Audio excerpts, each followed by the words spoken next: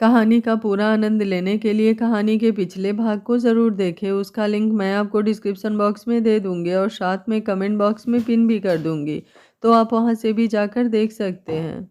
शशांक कुमुद का हाथ पकड़ते हुए बोला, कुमुद मेरा विश्वास कीजिए, मैंने ऐसा कुछ भी नहीं किया है। कुमुद उसका हाथ हटाते हुए शीतल की तरफ बढ़ जाती है। शशांक कुमुद की खामोशी से डर जाता है, उसे अपनी जान निकलती हुई मालूम होने लगती है। वो अपने दिल पर हाथ रखते हुए वहीं फर्श पर घुटनों के बल बैठ जाता है। अनुज जल्दी से आकर उसे संभालता है। वरुण भी उसे गले से लगाते हुए बोला, भाई शांत हो जाइए, कुछ नहीं हुआ है, सब ठीक हो जाएगा। अनुज बोला, शशांक हम जानते हैं तू ऐसा कुछ भी नहीं कर सकता। राजीव जैसे ही कॉल लगाता है, स्वाति उसका मोबाइल छीनकर फेंकते हुए बोली, आप ऐसा कैसे कर सकते हैं, एक बार मेरे भाई की बात भी तो सुन लीजिए। राजीव गुस्से से स्वाति को एक थप्पड़ मारते हुए बोला, यहाँ मेरी बहन की हालत तुझे नहीं दिख रही, अभी भी तुझे तेरे भाई की पड़ी है। सभी लोग ये देखकर हैरान हो गए थे। तभी कुमुद एक जोर का थप्पड़ खींचकर राजीव को लगाती है। राजीव की तो सारी दुनिया ही घूमती हुई मालूम होने लगी थी। कुमुद स्वाति को कंधे से पकड़ते हुए कुसुम को संभालने को कहती है। कुसुम स्वाति को लेकर शशांक की तरफ आ जाती है। राजीव जब तक कुछ समझ पाता उससे पहले ही कुमुद शीतल का बाल पकड़कर उठाते हुए बोली, सच में बहुत खूबसूरत है तू, तो क्यों ना तेरी इस खूबसूरती को पूरी तरह से दिखाया जाए। कहते हुए कुमुद गुस्से से उसका दुपट्टा उसके शरीर से खींच देती है। ये देखते ही वहां पर खड़े सारे मर्द अपनी आंखें बंद कर लेते हैं। सुभद्रा जी गुस्से से कुमुद को खींचती हुई, कुमुद क्या कर रही हैं? तब तक राजीव खुद को संभाल चुका था। राजीव चिल्लाते हुए बोला, कुमुद आप पागल हो गई हैं, इस शशांक ने मेरी बहन के साथ इतनी घटिया हरकत करने की कोशिश की और ऊपर से आप मेरी बहन से और बदतमीजी कर रही हैं। कुमुद एकाएक जोर से चिल्लाते हुए बोली, चुप, बिल्कुल चुप, बहुत देर से तेरी आवाज़ सुन ली, अगर अब एक भी लफ्ज़ तेरे हलक से बाहर आया तो अगले ही पल तुझे गूंगा करते हुए मुझे देर नहीं लगेगी। सभी लोग कुमुद को इतने गुस्से में देखा और उसकी आवाज़ सुन एक पल के लिए कांप गए। शीतल को तो सामने अपना यमराज नजर आने लगा। किसी को कुछ भी बोलने की हिम्मत नहीं हो रही थी, लेकिन इन सब के बीच शशांक की सांसें जैसे वापस आने लगी थी। उसके आंसू भरी आंखों के साथ होठों पर मुस्कान भी आ गई। कुमुद शीतल के बालों को जोर से खींचते हुए बोली, ठाकुर साहब बताइए मुझे यहाँ क्या हुआ था। वैसे मुझे जानने की ज़रूरत नहीं है, लेकिन यहाँ पर खड़े बहुत से लोगों को सच जानना बेहद ज़रूरी है। शीतल कुछ बोलने के लिए मुंह खोलती उससे पहले ही कुमुद एक हाथ से उसके दोनों गालों को दबाते हुए बोली, कहा ना कोई भी कुछ भी मुंह से आवाज़ नहीं निकालेगा। कहते हुए नीचे फर्श पर धक्का देते हुए छोड़ देती है। उसके गिरते ही राजीव जल्दी से अपनी शर्ट खोलकर उसे उड़ाते हुए उसे गले से लगा लेता है। वो गुस्से से कुमुद को देख रहा था, लेकिन कुमुद का ऑरा इस वक्त इतना भयानक हो गया था कि जल्दी ही उसकी नज़रें नीचे झुक जाती है। कुमुद शशांक के पास आते हुए उसका चेहरा अपने हाथों में लेकर उसके सर को चूम लेती है। शशांक की आंखें बंद होती हुई आंखों में भरे आंसू गालों पर लुढ़क जाते हैं। अब उसे कोई डर नहीं था। दुनिया की परवाह उसे ना पहले थी ना आज।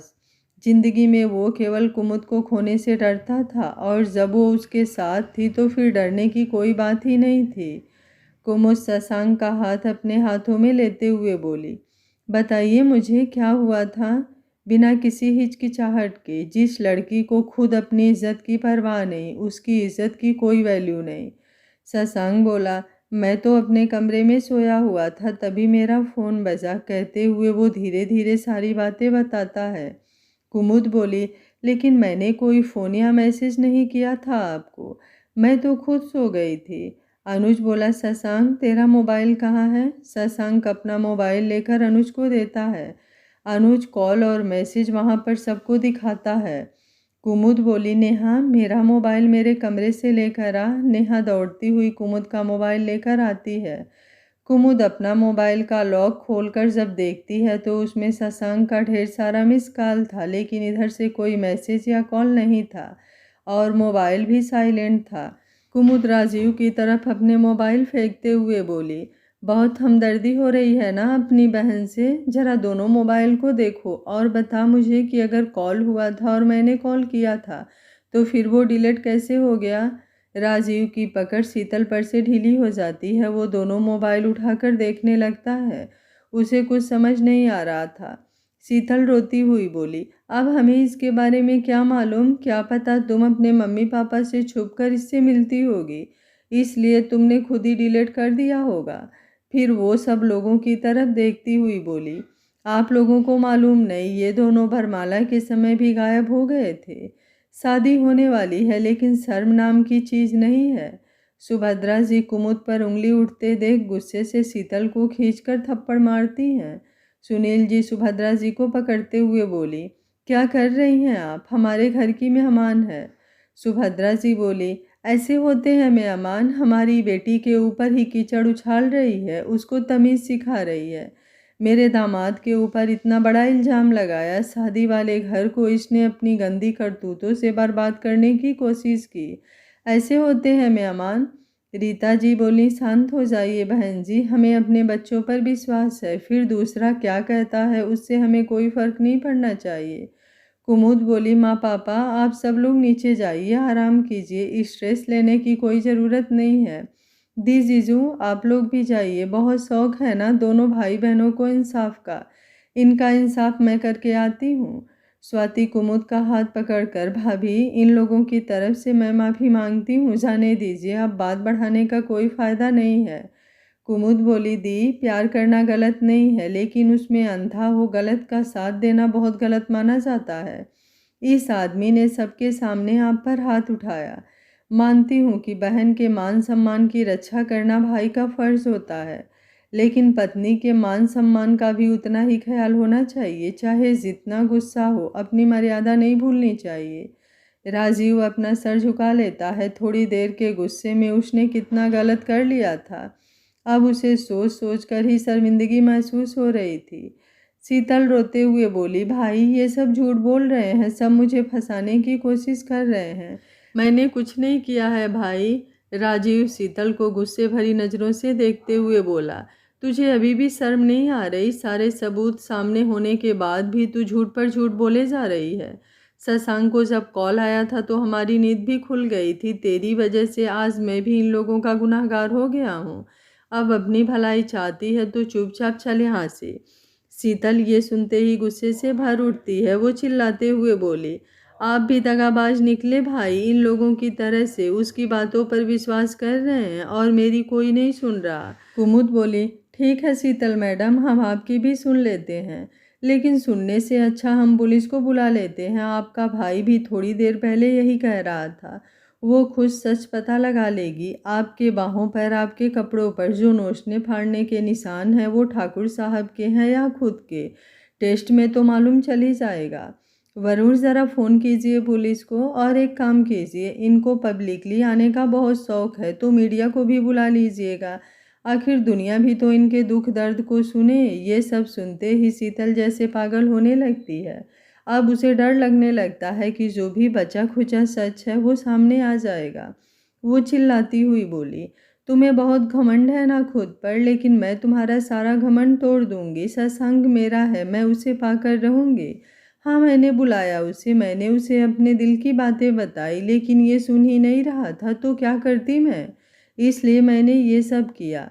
ये सुनते ही राजीव शीतल को थप्पड़ मारते हुए बोला, तुझे शर्म नहीं आई ये सब करते हुए। शीतल चिल्लाते हुए बोली, हाँ नहीं आई शर्म, क्या करूं, घर में तो आप लोगों ने संस्कारों के नाम पर हम लोगों को दबा रखा है। लेकिन एक बात कान खोलकर सुनिए, मुझे शशांक ठाकुर चाहिए, मैं उससे प्यार करती हूँ, मुझे वो किसी भी कीमत पर चाहिए। इस वक्त शीतल की हालत पागलों जैसी हो गई थी। सभी लोग उसे देखकर अफसोस में अपना सर हिला दिए। राजीव अपने हाथ जोड़ते हुए कुमुद से, शशांक से बोला, प्लीज़ मुझे माफ़ कर दीजिए, बिना जाने समझे मैंने आप लोगों को बहुत कुछ कह दिया, लेकिन मैं वादा करता हूँ मेरी बहन की वजह से आगे आप लोगों को कोई दिक्कत नहीं होगी। राजीव हाथ जोड़कर शशांक और कुमुद से माफ़ी मांगता है। शशांक बोला, जीजू आपने जो मुझे कहा मुझे उससे कोई शिकायत नहीं है, लेकिन जिस तरह आपको अपनी बहन की परवाह है उसी तरह मैं भी अपनी बहन से बहुत प्यार करता हूँ। आपको उस पर हाथ नहीं उठाना चाहिए था। राजीव बोला, मुझे पता है गुस्से में मैंने बहुत बड़ी गलती कर दी है, लेकिन अगर गलती की है तो उसे सुधारूंगा भी मैं ही। वो स्वाति के सामने अपने दोनों कान पकड़ते हुए बोला, मुझे माफ़ कर दो स्वाति, कुछ पल के लिए मैं शीतल के अलावा और कुछ देख ही नहीं पाया। स्वाति उसके हाथ पकड़कर कान पर से हटाती हुई बोली, कोई बात नहीं, मैं समझती हूँ आपकी परिस्थिति। शशांक, अब जाने भी दो। शशांक अपने कान पकड़ते हुए बोला, आई एम सॉरी दी, हमारी वजह से आपको ये सब सहना पड़ा। स्वाति बोली, अब सच में तुझे थप्पड़ मारूंगी। कहा ना, जो हो गया उसे भूल जा और उसमें तेरी कोई गलती नहीं है। और मुझे तो प्राउड फील होता है कि तू मेरा भाई है। मुझे विश्वास है कि मेरा भाई ऐसी घटिया हरकत कभी नहीं कर सकता। शशांक स्वाति को गले लगाते हुए बोला, जानता हूँ दी, और आपने जो आज विश्वास दिखाया है, मैं हमेशा कोशिश करूँगा कि आपका विश्वास कभी नहीं टूटे। सुनील जी स्वाति और शशांक के सर पर हाथ फेरते हुए बोले, चलिए अब बीती बातें भूल जाइए, सुबह होने वाली है। आप लोग भूल रहे हैं कि आज आपकी शादी भी है। स्वाति हंसते हुए बोली, अंकल, अगर हम लोग भूल भी जाएं तो आपको लगता है मेरा ये पागल भाई भूलने देगा? इसका बस चले तो ये अभी मंडप पर बैठ जाए। सभी लोग ये सुनकर हंसने लगते हैं। शशांक मुस्कुराते हुए बोला, दी, आप सोच रही हैं तो फिर इसे करके दिखा ही दीजिए ना। स्वाति और अनुज एक साथ उसके सर पर टपली मारते हुए बोले, सच में कुमुद भाभी, मेरा भाई आपके प्यार में बावला हो गया है। कल मेरे वरमाला के समय अपने वरमाला करने के लिए तैयार था और इस समय शादी करने के लिए तैयार है। अरे मेरे भाई, थोड़ा सा सब्र रख ले, चल बारात लेकर भी आना है। कुमुद मुस्कुरा देती है। अनिल जी बोले, चलिए सब लोग नीचे चलते हैं और ध्यान रहे ये बात यहाँ से कहीं बाहर नहीं जानी चाहिए। लड़की वाला मामला है, लोगों को बातें बनाते देर नहीं लगेगी। सभी लोग हाँ में सिर हिला देते हैं। सारे जेंट्स नीचे चले जाते हैं। सुभद्रा जी बोली, कुसुम, तुम अपना एक सूट लाकर इस लड़की को दे दो। फिर अपना हाथ जोड़ते हुए बोली, माफ़ कीजिएगा राजीव जी, हम ऐसा कभी कहना तो नहीं चाहते थे, लेकिन अब हम इस लड़की को यहाँ पर 1 मिनट बर्दाश्त नहीं कर सकते, इसलिए जितना जल्दी हो सके इसे अपने घर ले जाइए। राजीव जी बोले, आंटी, जो भी हुआ उसके लिए मुझे माफ़ कर दीजिए, आप परेशान मत होइए, मैं इसे अभी घर लेकर जा रहा हूँ। शीतल बोली, मैं कहीं नहीं जाऊंगी भाई, आप समझ क्यों नहीं रहे? मुझे शशांक चाहिए। आपको पता है मैं उसे पहली नज़र से पसंद करती हूँ। भाई, आज तक आपसे कुछ नहीं मांगा, बस मुझे शशांक दे दीजिए। सभी औरतें नीचे उतरकर चली गई थी। किसी को अब शीतल की बातों में कोई इंटरेस्ट नहीं था। कुमुद भी शशांक को लेकर नीचे जाने लगती है। तभी वो शीतल की बात सुनकर वापस आते हुए बोली, वैसे तो तुम्हारा दिमाग हिला हुआ लग रहा है, पता नहीं तुम्हें समझ आएगी या नहीं, लेकिन फिर भी एक बात कान खोलकर सुन लो। ठाकुर साहब कोई चीज़ नहीं जो उठाकर तुम्हें दे दिया जाए। आज तुम्हें छोड़ रही हूँ, इसकी बस एक ही वजह है, स्वाति दी, जिससे मेरे ठाकुर साहब बहुत प्यार करते हैं। अगर आज वो नहीं होती तो तुम्हारा क्या अंजाम होता ये तुम सोच भी नहीं सकती। ठाकुर साहब इस जन्म में ही नहीं, हर जन्म में बस मेरे हैं, और उनकी तरफ किसी ने भी गलत नियम से कदम बढ़ाया, उन पैरों को मैं तोड़ देने की हिम्मत रखती हूँ। जो नज़रें उनकी तरफ उठे, उन आँखों को निकाल देने की काबिलियत है मुझ में। आज तुम यहाँ से सही सलामत जा रही हो, इसका बस शुक्रिया अदा करो, नहीं तो मैं फिर नहीं सोचूंगी कि मेरे सामने खड़ा इंसान लड़का है या लड़की, मेरा अपना है या पराया। उम्मीद है मेरी बातें अच्छे से समझ में आ गई होंगी। शीतल कुमुद की आंखों में देख नहीं पाती। कुमुद की हर एक बात में उसे अपना हश्र नजर आ रहा था।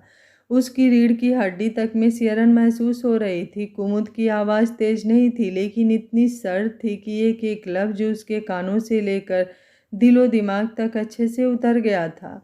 वो कुछ कहने के लिए अपना मुंह तक नहीं खोल पा रही थी। राजीव कुमुद के सामने केवल अपने हाथ जोड़ देता है। शशांक आगे बढ़कर कुमुद को कंधे से थामते हुए बोला, कुमुद, चलिए यहाँ से। कुमुद शशांक के साथ सीढ़ियों की तरफ बढ़ जाती है। बाकी लड़कियां अनुज और कुसुम के साथ नीचे चली गई थी। फिर से सभी लड़कियां अनुज और कुसुम के साथ कोवर घर में बैठी हुई थी। कुसुम पीहू के साथ अपना एक सूट ऊपर भेज दी। नीचे आते ही सुनील जी शशांक के सामने हाथ जोड़ते हुए बोले, मुझे माफ़ कर दीजिए बेटा, मेरे घर पर ही आपको इतनी परेशानियों का सामना करना पड़ा। शशांक जल्दी से उनका हाथ पकड़ते हुए बोला, ये तो मत कीजिए पापा, आप मुझे बस कुछ महीनों से जानते हैं, लेकिन फिर भी आपने मुझ पर विश्वास दिखाया। एक बेटे को इससे ज़्यादा कुछ नहीं चाहिए। आज मैं आप सभी का आभारी हूँ। भले ही एक पल के लिए आप लोग हैरान हो गए थे, लेकिन मुझ पर से विश्वास नहीं हटाया। अनिल जी शशांक के कंधे पर हाथ रखते हुए बोले, सुनील, हम सच में बहुत किस्मत वाले हैं जो हमें शशांक जैसा दामाद मिल रहा है। कुमुद के मामा और मैं हंसते हुए बोले, ये तो आपने बिल्कुल सही कहा। अंकुर जी बोले, अरे बेटा किसका है? सुनील जी हंसते हुए बोले, अब ये मत कहिएगा कि आपका है। रीता जी बोली, भाई साहब, भले सुलोचना बहन जी और विधायक जी शशांक के जन्म देने वाले माता पिता हैं, लेकिन ये भी सच है कि वो हमारा भी बेटा है। जब भी अनुज की छुट्टियां होती थी वो दोनों घर आते थे और मैंने कभी भी दोनों में कोई फ़र्क नहीं किया। हॉस्टल में भी मैं अपने दोनों बेटों से मिलने जाती थी। सुभद्रा जी बोली, अब आप लोग अपनी अपनी तारीफ में डूब मत जाइए। शशांक, आप भी जाकर थोड़ा आराम कर लीजिए, फिर सुबह आप लोगों को निकलना भी है। अंकुर जी बोले, देखिए अब तो सुबह होने वाली है, तो हम लोगों को जाने की इजाज़त दीजिए, फिर शाम तक आते हैं अपने दूसरे बेटे की बारात लेकर। सुनील जी बोले, बात तो आपकी सही है, लेकिन थोड़ी देर रुक जाइए, कम से कम चाय नाश्ता तो कर लीजिए। सभी लोग वहीं हाल में बैठ जाते हैं। सुभद्रा जी शशांक को कुमुद वाले कमरे में भेज देती हैं। कुमुद किचन में चाय बनाने लगती है। उसकी मामी मौसी सब मिलकर रेडीमेड नाश्ते का प्रबंध करने लगती हैं। सुभद्रा जी किचन में आते हुए बोली, कुमुद, तू चूल्हा क्यों छू रही है? मना किया था ना तुझे? कुमुद की मामी बोली, अरे दीदी, मैं तो भूल ही गई। कुमुद, आप कमरे में जाइए, थोड़ा सो लीजिए, फिर रात में शादी के रस्मों के लिए जागना ही पड़ेगा। सुभद्रा जी बोली, मेरे कमरे में जा, तुम्हारे कमरे में शशांक को भेजा है। एक तो शादी की थकान, ऊपर से आज ये सब हो गया। पता नहीं उसके मन में क्या चल रहा होगा। कुमुद की मौसी बोली, कुमुद, थोड़ी देर उनके पास चली जा, तुमसे बात करके उन्हें थोड़ा अच्छा लगेगा। सुभद्रा सी बोली, नहीं सुनैना, अगर किसी को पता चला तो फिर से बखेड़ा खड़ा हो जाएगा। आज रात की ही तो बात है, एक बार शादी हो जाएगी तो फिर कोई डर नहीं रहेगा। कुमुद बोली, रिलैक्स माँ, कुछ नहीं हुआ है।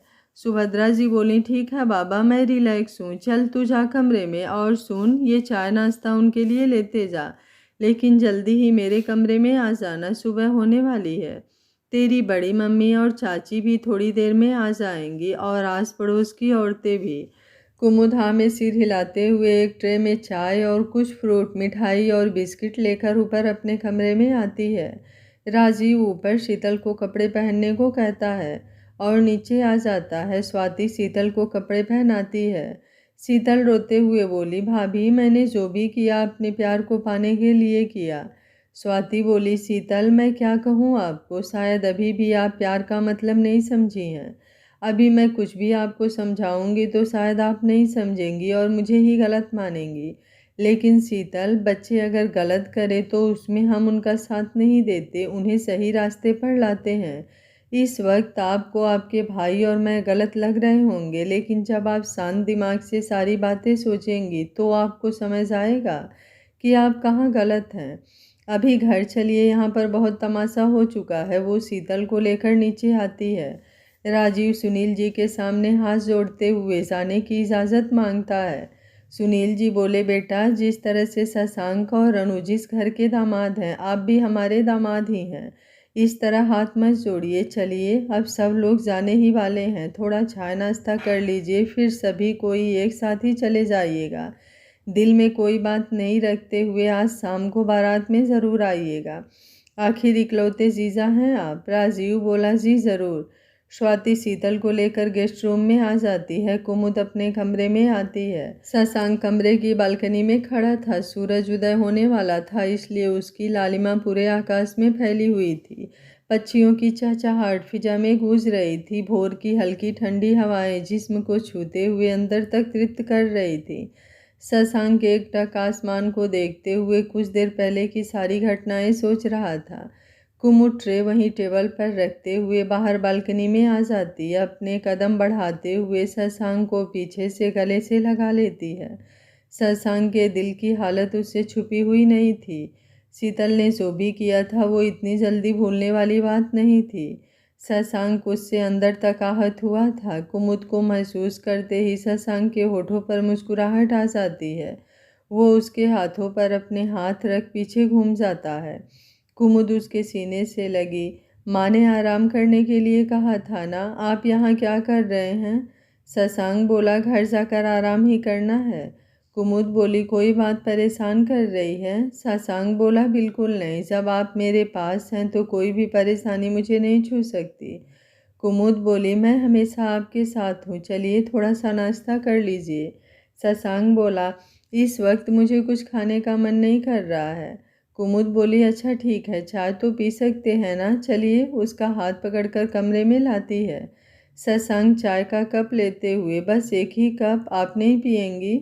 कुमुद ना में सिर हिलाते हुए बोली, मुझे ज़्यादा चाय पीना पसंद नहीं। शशांक उसे खींचकर अपनी गोद में बैठाते हुए बोला, ज़्यादा नहीं, लेकिन एक दो घूंट तो पी ही सकती हैं।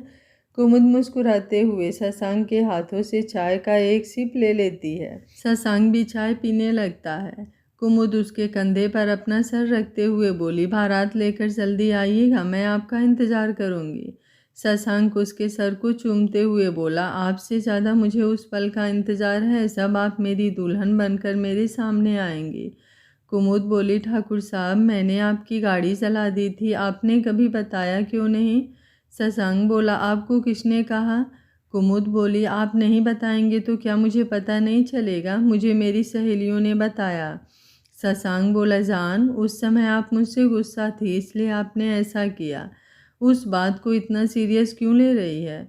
कुमुद बोली, वो गाड़ी कितने की रही होगी? शशांक मुस्कुराते हुए बोला, चाहे जितने की भी रही हो, आपसे ज़्यादा कीमती नहीं थी, और ज़्यादा आपको इस बारे में सोचने की कोई ज़रूरत नहीं है।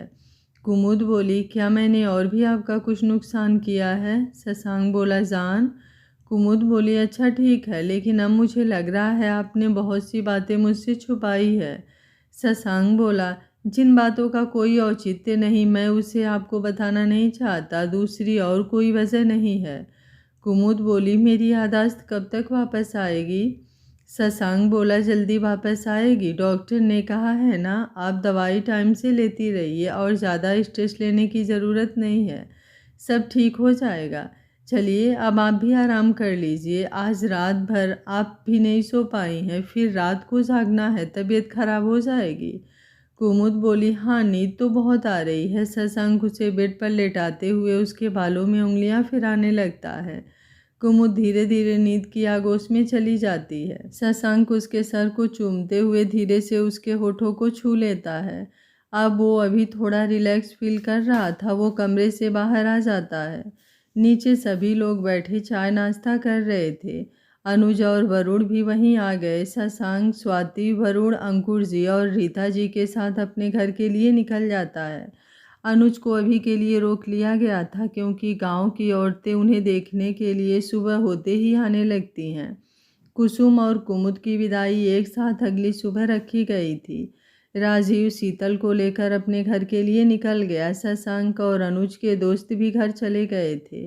वो फिर शाम को शशांक के घर आने वाले थे। सुभद्रा जी ने अनुज को भी गेस्ट रूम में आराम करने के लिए भेज दिया। बाकी लड़कियां कुमुद वाले कमरे में आ गई।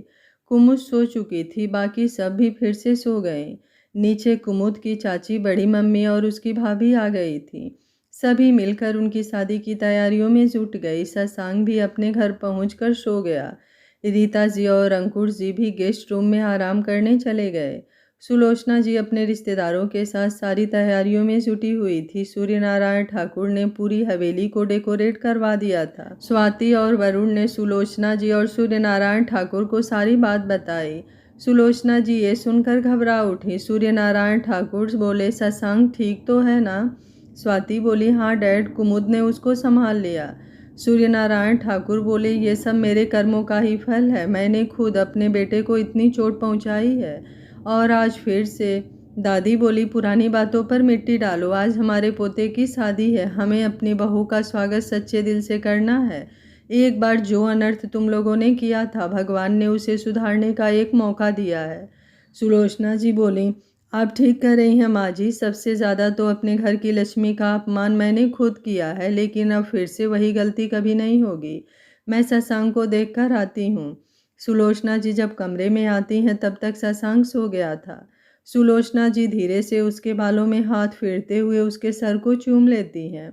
शशांक के चेहरे पर इस वक्त सुकून था, परेशानी की कोई रेखाएं नजर नहीं आ रही थी।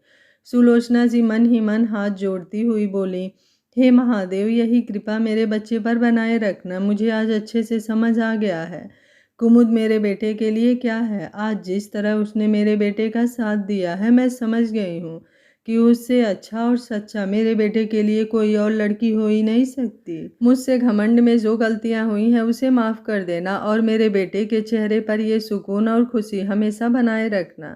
कमरे के दरवाजे पर सूर्यनारायण ठाकुर खड़े थे। सुलोचना जी उनके पास आते हुए बोली, क्या हुआ? सूर्यनारायण ठाकुर सुलोचना जी को गले लगाते हुए बोले, हमने सच में बहुत बड़ी गलती की है। शशांक ने ठीक कहा था, कोई भी बाप अपने बच्चों के साथ ऐसा नहीं करता। लेकिन मैं कब कैसे दौलत और शोहरत के घमंड में इतना गिरता चला गया, मुझे मालूम ही नहीं हुआ। सुलोचना जी बोली, गलती तो हम लोगों से हुई है, लेकिन हमें एक मौका मिला है अपनी गलतियों का प्रायश्चित करने का। चलिए, बेटे की शादी है, बहुत सारा काम बाकी है। सूर्यनारायण ठाकुर मुस्कुराते हुए बोले, इतनी चिंता क्यों कर रही हैं, सारा काम हो जाएगा। दोनों बातें करते हुए नीचे आते हैं। सभी नए जोश के साथ फिर से शादी की तैयारियों में जुट जाते हैं। शैलजा ठाकुर ये सब देखकर अंदर ही अंदर जल रही थी। वरुण उसे कितनी बार समझाने की कोशिश कर चुका था, लेकिन जैसे वो कुछ समझना ही नहीं चाहती थी। दोनों घरों में शादी की तैयारियां जोरों शोरों से हो रही थी। सुनील जी बाहर सभी गेस्ट का इंतजाम देख रहे थे। टेंट और डेकोरेशन तो वही था, थोड़ा सा जो इधर उधर डैमेज हुआ था उसको फिर से ठीक किया जा रहा था। गांव के लोग कितने डेकोरेशन के फूल चुरा कर ले गए थे। सुजीत बाकी भाइयों के साथ सारा काम देख रहा था। घर में औरतें भी अपनी तैयारियों में लगी हुई थी। सुभद्रा जी ने कुमुद को 2 बजे उठाया क्योंकि देवता पूजन के लिए भी जाना था। अनुज भी सुजीत के साथ शशांक के घर के लिए दोपहर को निकल गया। यहाँ शशांक को भी देवता पूजन के लिए तैयार हो रहा था। कुसुम नई दुल्हन के रूप में बेहद खूबसूरत लग रही थी। मांग में चमकता सिंदूर उसकी खूबसूरती को और बढ़ा रहा था। सुभद्रा जी तो जाने कितनी बार उसकी नज़र उतार चुकी थी। झूमते गाते सभी देवता पूजन के लिए निकले। देवता पूजन करके लौटते शाम के 3 बज गए थे। जल्दी जल्दी नहाने और बाकी कुछ रस्में करने के बाद ब्यूटिशियन कुमुद को तैयार करने लगी। लेकिन कुमुद मेकअप की क्रीम देखकर ही अजीब अजीब मुंह बना रही थी। कुसुम गुस्से से उसे घूरते हुए बोली, तू चुपचाप बैठती है या नहीं, बुलाऊं माँ को? कुमुद बोली, दी, ये क्रीम लगाना ज़रूरी है क्या? प्लीज़ इसे छोड़ दीजिए ना, देखिए ना कितनी बदबू आ रही है। कुमुद की भाभी बोली, कुमुद, इसे खुशबू कहते हैं। कुमुद बोली, लेकिन मुझे नहीं लगवाना। अंत में हार कर वो अपने ही जिद पूरा करवाती है। कुसुम उसे रोज़ाना यूज करने वाली फेयर लवली क्रीम लगाकर हल्का फेस पाउडर लगा देती है। ब्यूटिशियन बालों का जोड़ा बनाकर चली जाती है, लेकिन कुमुद बिना मेकअप के भी बहुत खूबसूरत लग रही थी। कविता बोली, कुसुम दी, मैं तो सोच रही हूँ ये ऐसे ही इतनी खूबसूरत है, अगर ये मेकअप कर लेती तो? कुमुद उसे घूरते हुए बोली, तू अपना मुंह बंद करेगी? अगर फिर से मेकअप का नाम लिया ना तो ये सारे क्रीम तुम्हारे चेहरे पर पोत दूंगी। कविता जल्दी से अपने मुंह पर उंगली रख लेती है। सभी लोग तैयार हो चुके थे। सुभद्रा जी जब सुनील जी के साथ कमरे में आती हैं तो कुमुद को दुल्हन बने देख उन दोनों की आंखों में नमी आ जाती है। सुनील जी उसे अपने सीने से लगाते हुए बोले, सोचा नहीं था मेरी दोनों बेटियां इतनी जल्दी विदा हो जाएंगी। कुमुद अपनी आंखों में आई नमी को साफ करते हुए बोली, विदा होकर कोई दूर नहीं जा रही, हमेशा आपके पास ही रहूंगी। सुभद्रा जी बोली, तेरी यही बातें सुनकर मुझे थोड़ा डर लगता है। कैसे रहेगी तू ससुराल में? देख बेटा, अब तू केवल बेटी ही नहीं बहू भी बन रही है। तुझे अब अपने ससुराल वालों का भी ध्यान रखना है। कुमुद बोली, वो तो मैं रखूंगी ना माँ, लेकिन इसका ये मतलब थोड़ी है कि आप लोगों को छोड़ दूंगी। देख लीजिए, मैं पहले ही कह दे रही हूँ, आप लोग हमारे साथ ही रहेंगे। सुनील जी बोले, अच्छा बाबा ठीक है, अगर तू शहर में रहेगी तो हम रहेंगे तेरे साथ। सुभद्रा जी बोली, बेटा जिंदगी में बहुत सारे उतार चढ़ाव आते हैं। कभी कभी लगता है कि हमारा रिश्ता कमज़ोर पड़ने लगा, लेकिन वो हमारे रिश्तों का इम्तिहान होता है। हमें उस वक्त थोड़ा सा सब्र रखना चाहिए। गलत बात पर गुस्सा आता है, लेकिन उस गुस्से में अपनी तमीज़ तहजीब भूल जाना सही नहीं है। इसलिए इस बात का हमेशा ध्यान रखना कि तुम्हारी वजह से किसी को चोट ना पहुँचे। कुमुद बोली, देखिए अगर बात केवल मेरे तक सीमित रहे तो मैं अपना गुस्सा कंट्रोल कर लूँगी, और मैं वादा करती हूँ कि मेरी वजह से किसी को कोई तकलीफ नहीं होगी। लेकिन अगर किसी ने आप लोगों के ऊपर या मेरे प्यार के ऊपर कोई उंगली उठाई तो मैं बेझिझक वो उंगली तोड़ दूंगी। सुभद्रा जी अपने सर पर हाथ रखते हुए बोली, क्या करूं मैं इस लड़के का। सुनिए जी, मुझे बहुत डर लग रहा है, हम लोग सच में इसकी शादी में जल्दबाजी कर दिए हैं।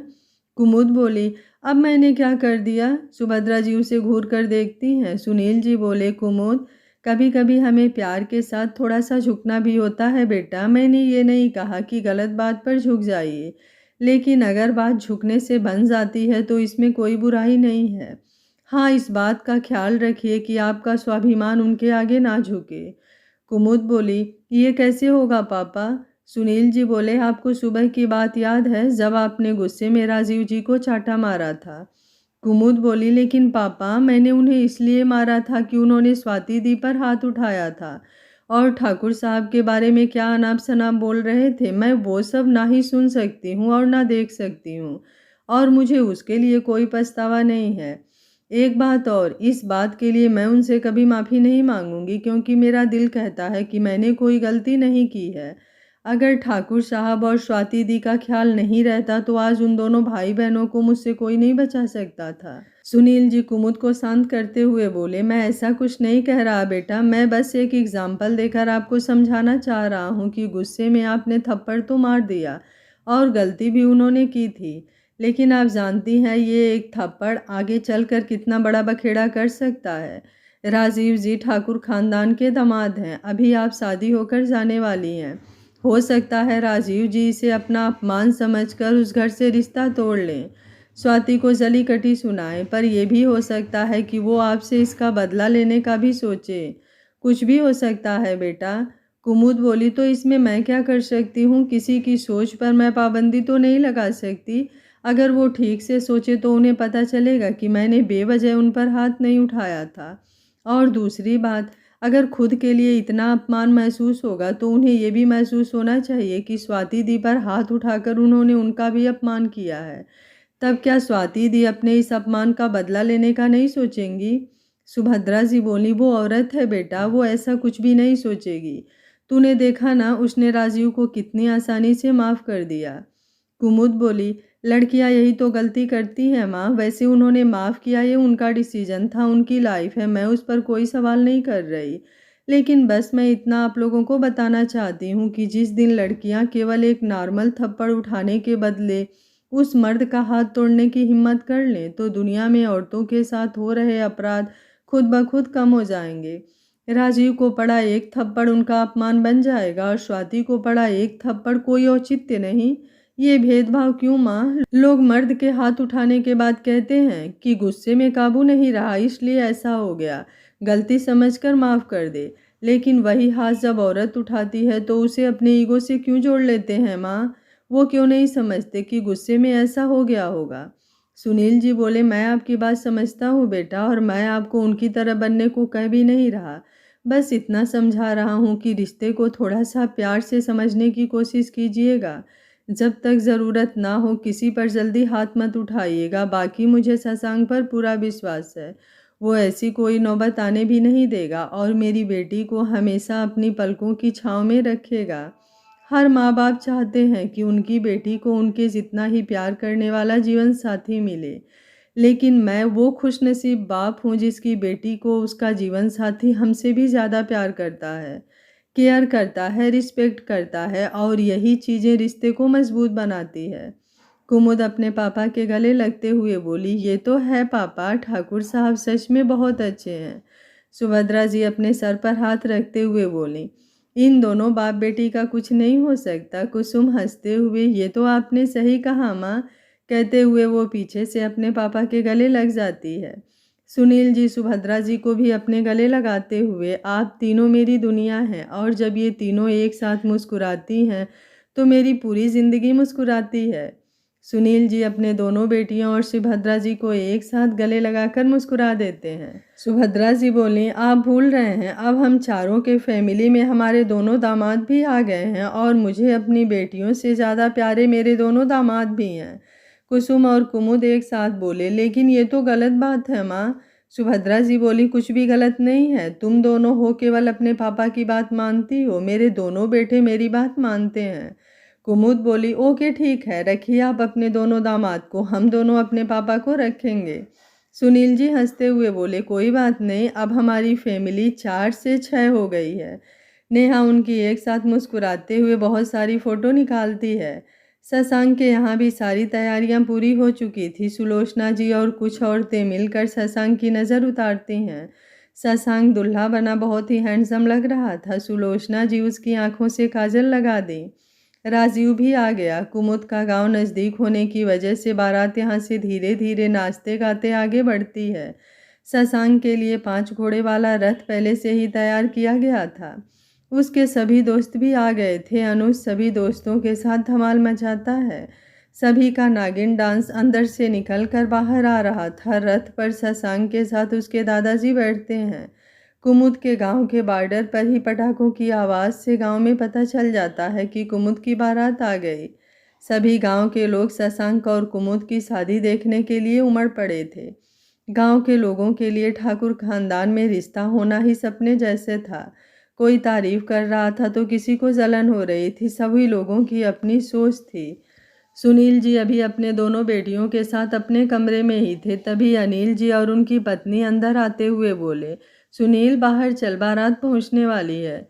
सुनील जी कुमुद का माथा चूमते हुए कमरे से बाहर आते हैं। सुभद्रा जी भी उनकी बलैया लेती हुई बाहर आकर कुछ रस्मों में जुट जाती हैं। थोड़ी देर में ही बारात दरवाजे पर पहुंच चुकी थी। सुनील जी अपने दोनों भाइयों और पूरी फैमिली के साथ सबका स्वागत करते हैं। सुलोचना जी और दादी नहीं आई थी। गांव में बहुत जगहों पर लड़के की मां शादी नहीं देखती। बहुत जगह पर औरतें बारात भी नहीं जाती। सूर्यनारायण ठाकुर विधायक थे, इसलिए अब बहुत सी परंपराओं को वो धीरे धीरे बदल रहे थे। इसलिए स्वाति बारात आई हुई थी। कमरे में से सारी लड़कियां भी कोई दरवाजे पर तो कोई छत से बारात देख रही थी। कुसुम कुमुद के साथ ही थी। कुमुद बोली, दी चलिए ना, हम भी बारात देखते हैं। कुसुम बोली, माँ सच्ची कहती हैं, तू पागल लड़की है। मुझे कल घबराहट हो रही थी और तुझे बारात देखने की सूझ रही है। कुमुद बोली, दी सच कहूँ तो थोड़ी घबराहट मुझे भी हो रही है, इसलिए तो ठाकुर साहब को देखना चाहती हूँ। उन्हें देखते ही सारी घबराहट दूर हो जाती है। कुसुम मुस्कुराते हुए बोली, बावली लड़की, थोड़ी सी सब्र कर ले, कुछ देर में वरमाला है, वहाँ जी भर कर देख लेना अपने ठाकुर साहब को और बातें भी कर लेना। कुमुद बोली, दी सोचती तो मैं भी ऐसी ही हूँ, लेकिन पता नहीं क्यों जब आसपास बहुत ज़्यादा भीड़ होती है तो उनकी तरफ नजरें ही नहीं उठती। कुसुम बोली, मेरी छोटी सी गुड़िया, इसको शर्माना कहते हैं। नेहा अंदर आती हुई बोली, दी इसे पता भी है कि शर्माना किसे कहते हैं? कुमुद बोली, अच्छा तुझे बड़ा पता है। नेहा बोली, तुझसे तो कुछ ज़्यादा ही पता है। वो तो तेरे ठाकुर साहब तेरी ज़िंदगी में आ गए, नहीं तो तुझे किताबों के बाहर की दुनिया मालूम भी है। कुमुद बोली, किताबों में ही पूरी दुनिया है। एक बार अपनी इस बाहर की दुनिया से अच्छा किताबों की दुनिया में अच्छे से झांक, तुझे सारा कुछ किताबों से ही पता चल जाएगा। कुसुम बोली, अच्छा अच्छा चल, अब बहस बंद कर, थोड़ी देर में हमें बाहर भी जाना है। कुमुद बोली, दी सीधा कहिए ना, जीजू को देखने के लिए बेचैन हो रही हैं।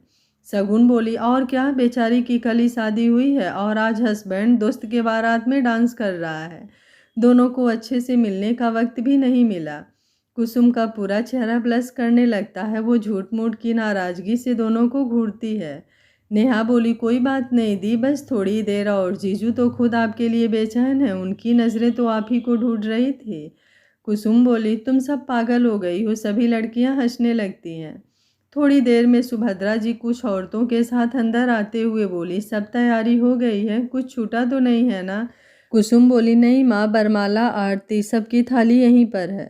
कुमुद के चारों भाई फिर से अपनी बहन को स्टेज तक ले जाने के लिए आ गए थे। सुभद्रा जी कुमुद का चेहरा अपने हाथों में लेते हुए उसके सर को चूमते हुए बोली, वहाँ घबराना नहीं और वहाँ पर अपना कोई बचपना शुरू मत कर देना।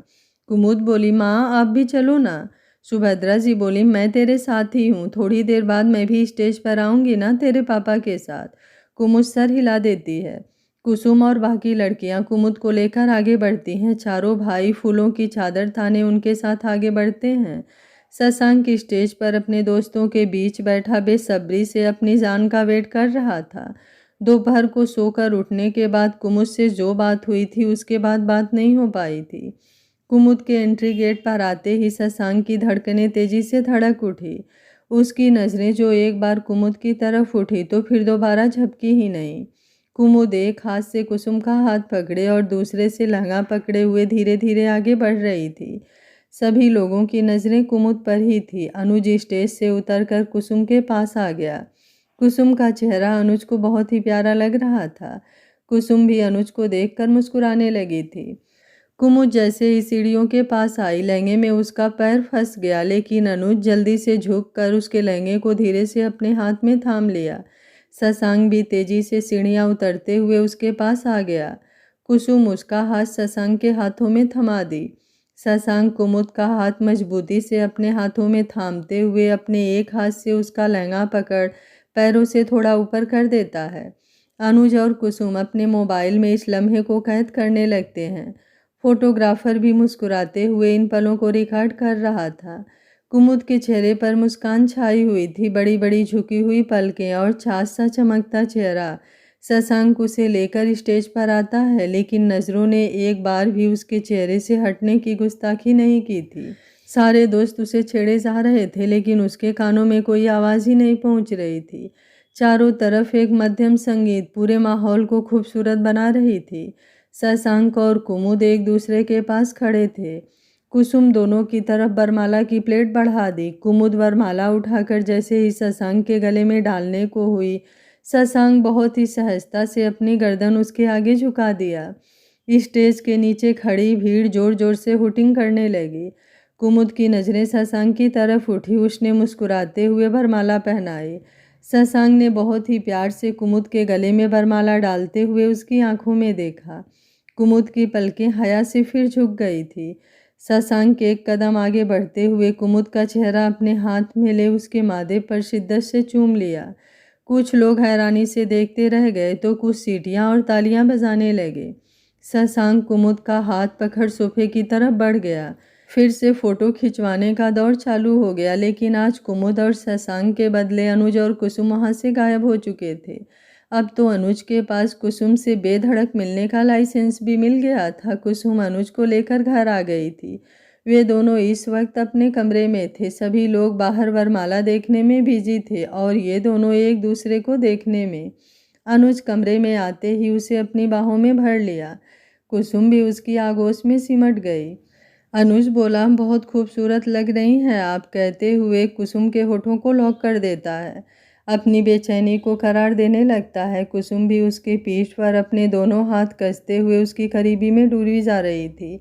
अब जाकर उसे उसका श्रृंगार पूरा लग रहा था। अभी दोनों एक दूसरे में खोए हुए ही थे कि उन दोनों को होश तब आता है जब दरवाजे पर दस्तक की आवाज़ आती है। अनुज उसको छोड़ दरवाजे की तरफ देखता है। कुसुम की नज़रें भी दरवाजे पर थी। वो घबराते हुए अनुज को अपने पास से हटाती है। उसके चेहरे पर परेशानी के साथ पसीने की बूंदें छलक उठी। अनुज कुसुम को ऐसे देख अपनी बाहों में भरते हुए बोला, कुछ नहीं हुआ है जान, बस थोड़ी देर खुद को शांत कीजिए। कुसुम की आंखों में आंसू आने लगते हैं। अनुज ना में सर हिलाते हुए, डरने की कोई बात नहीं है, आप जानती हैं ना अब हमारा रिश्ता क्या है, फिर डरने की क्या बात है, मेरा हक है आपके पास रहना। कुसुम बोली, लेकिन सभी बाहर क्या कहेंगे। अनुज बोला, कुछ नहीं कहेंगे, खुद को संभालिए और जाकर दरवाज़ा खोलिए, मैं हूं ना, कुछ नहीं होगा। कुसुम खुद को सही कर दरवाजे के पास जाती है। अनुज भी अपने कपड़े और चेहरे को ठीक करते हुए बालकनी की तरफ बढ़ जाता है। कुसुम के दरवाज़ा खोलते ही उसकी मामी बोली, क्या कर रही थी कुसुम, इतना टाइम लगता है। कुसुम बोली, हाँ वो मेरा लहंगे के दुपट्टे से पिन खुल गया था, वही ठीक कर रहे थे, आपको क्या चाहिए। कुमुद की मामी बोली, अरे हाँ मैं तो भूल ही गई, वो दीदी जीजाजी स्टेज पर जाने वाले हैं। उन्होंने तुम्हें मेहमान को पहनाने के लिए जो चैन दिया था वो दे दो। कुसुम बोली, ठीक है मामी आप चलिए, मैं लेकर आती हूँ। मामी बोली, चल ठीक है जल्दी आ जा, मुझे भी तेरे मामा के साथ स्टेज पर जाना है। उनके जाने के बाद कुसुम की सांस में सांस आती है। वो जल्दी से अलमारी खोलकर चैन निकालती है। तब तक अनुज भी बालकनी से आ जाता है। कुमुद अनुज के हाथ पकड़ते हुए, अब आप चलिए, थोड़ी देर में ही सब आ जाएंगे। अनुज बोला, चल रहा हूँ जान, इतना घबरा क्यों रही हैं, आपका ही पति हूँ। कुसुम मुस्कुराते हुए बोली, हाँ पति देव जानती हूँ, लेकिन आप कुमुद और हमारी सहेलियों को नहीं जानते। वो सब चिढ़ा चिढ़ा कर ही मेरी जान ले लेंगी। अनुज उसके होठों पर अपनी उंगली रखते हुए बोला, ऐसे कैसे जान ले लेंगे, अब ये जान मेरी है। कुसुम मुस्कुराते हुए बोली, अच्छा अब चलिए भी, दोनों कमरे से बाहर आते हैं। नीचे हाल में कुछ औरतें आवाजाही कर रही थी। अनुज को देख सब उससे मिलने लगे। अनुज भी बेहद नरमी से सभी को प्रणाम करता हुआ कुसुम के साथ बाहर आया। अभी बहुत से गेस्ट स्टेज पर जाकर तोहफे देते हुए फोटो खिंचवा रहे थे। कुमुद इन सब से खींच गई थी। शशांक भी उसकी हालत समझ रहा था। अभी उसकी तबीयत भी पूरी तरह से ठीक नहीं हुई थी। वो वरुण और अपने पापा को बुलाकर ये खत्म करवाने को कहता है। सूर्यनारायण ठाकुर सुनील जी और सुभद्रा जी को बुलाकर एक आखिरी फोटो खिंचवाते हैं। सुभद्रा जी कुसुम और बाकी लड़कियों के साथ कुमुद को लेकर घर आ जाती हैं। सुजीत शशांक और उसके दोस्तों को लेकर गेस्ट रूम में आ जाता है। कुमुद अपने कमरे में आते ही बेड पर लेटते हुए बोली, बाप रे दी, मेरी तो कमर टूट गई, आपने कल कैसे ये सब हैंडल किया, कम से कम मुझे बता तो दिया होता।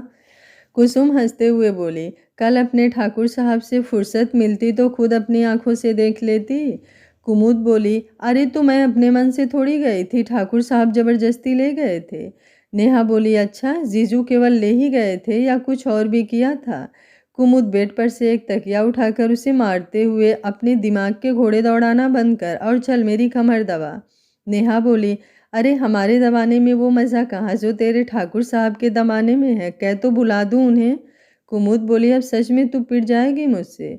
कुसुम बोली, अच्छा शांत हो जा, कोई कुछ नहीं कह रहा। कहते हुए वो कुमुद की पीठ दबाने लगती है। थोड़ी देर बाद सुभद्रा जी आते हुए बोली, कुमुद कपड़ा चेंज कर ले, मंडप पर पंडित जी बुला रहे हैं। तभी कुसुम को उसकी पीठ दबाते देख घबराते हुए बोली, क्या हुआ, तेरी तबीयत तो ठीक है ना। कुमुद उठकर बैठते हुए बोली, ठीक हूँ माँ, लेकिन स्टेज पर बैठे बैठे मेरी कमर दुख रही है। सुभद्रा जी बोली, तूने आज दवाई ली थी ना। कुमुद बोली, हाँ माँ परेशान मत होइए, अब ठीक है। सुभद्रा जी बोली, चल ठीक है, तू तैयार हो जा, तब तक मैं और तुम्हारे पापा ऊपर छत पर जा रहे हैं। कुसुम, कुछ देर बाद इसे लेकर आ जाना। सुभद्रा जी सुनील जी के साथ ऊपर मंडप में शशांक के सामने बैठते हुए कन्यादान की कुछ रस्में करने लगती हैं। थोड़ी देर में पंडित जी दुल्हन को बुलाते हैं। कुसुम और उसकी भाभी कुमुद को लेकर ऊपर आती हैं। अनुज नीचे कमरे में आ जाता है। कुसुम प्लेट में खाना निकालती है। अनुज अपने साथ उसे भी बैठाते हुए खिलाता है। दोनों खाना खाने के बाद थोड़ा एक दूसरे के साथ क्वालिटी टाइम स्पेंड करते हैं और फिर छत पर आ जाते हैं। मंडप पर शादी की रस्में धीरे धीरे आगे बढ़ रही थी।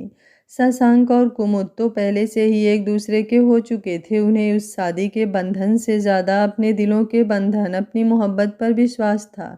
ये शादी तो बस समाज को दिखाने के लिए थी, उनके अपनों के अरमानों की थी, जिसमें वो एक दूसरे के होते जा रहे थे। पंडित जी ने सिंदूर डालने की रस्म करवाई। शशांक कुमुद की मांग में सिंदूर डालते हुए मंगलसूत्र पहनाया। तभी अचानक कुमुद के सामने कुछ धुंधली सी तस्वीर आने लगती है, जिसमें कोई लड़का किसी लड़की की मांग भर रहा था। वो अपनी आंखें जोर से भींच लेती है। शशांक, जिसकी नज़र कुमुद पर ही थी, कुमुद को ऐसे देख घबराते हुए बोला, कुमुद क्या हुआ, आप ठीक तो है ना। सभी लोग कुमुद को देखने लगते हैं। कुमुद अपना सर दोनों हाथों से दबाते हुए, सर में बहुत दर्द हो रहा है।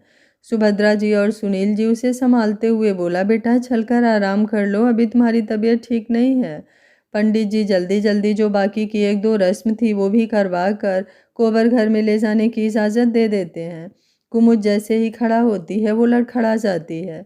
शशांक जल्दी से उसे अपनी बाहों में उठा लेता है। सभी औरतें उन दोनों को लेकर नीचे आती हैं। दरवाजे पर सारी सहेलियां खड़ी थीं। सुभद्रा जी बोली, बेटा आप लोग अंदर चलकर जो भी हंसी मजाक करना है कर लीजिए, देख रही हैं कुमुद की तबीयत ठीक नहीं है। सभी दरवाजे से हट जाती हैं। शशांक कुमुद को अंदर लाकर बैठाता है। कुसुम पानी पिलाते हुए बोली, कैसा महसूस हो रहा है? तूने कोई दवा छोड़ी तो नहीं थी? कुमुद अपनी आंखें बंद किए बोली, अब ठीक हूँ दी। पता नहीं आंखों के आगे कुछ धुंधला धुंधला आ रहा था, कुछ शादी की रस्मों जैसी।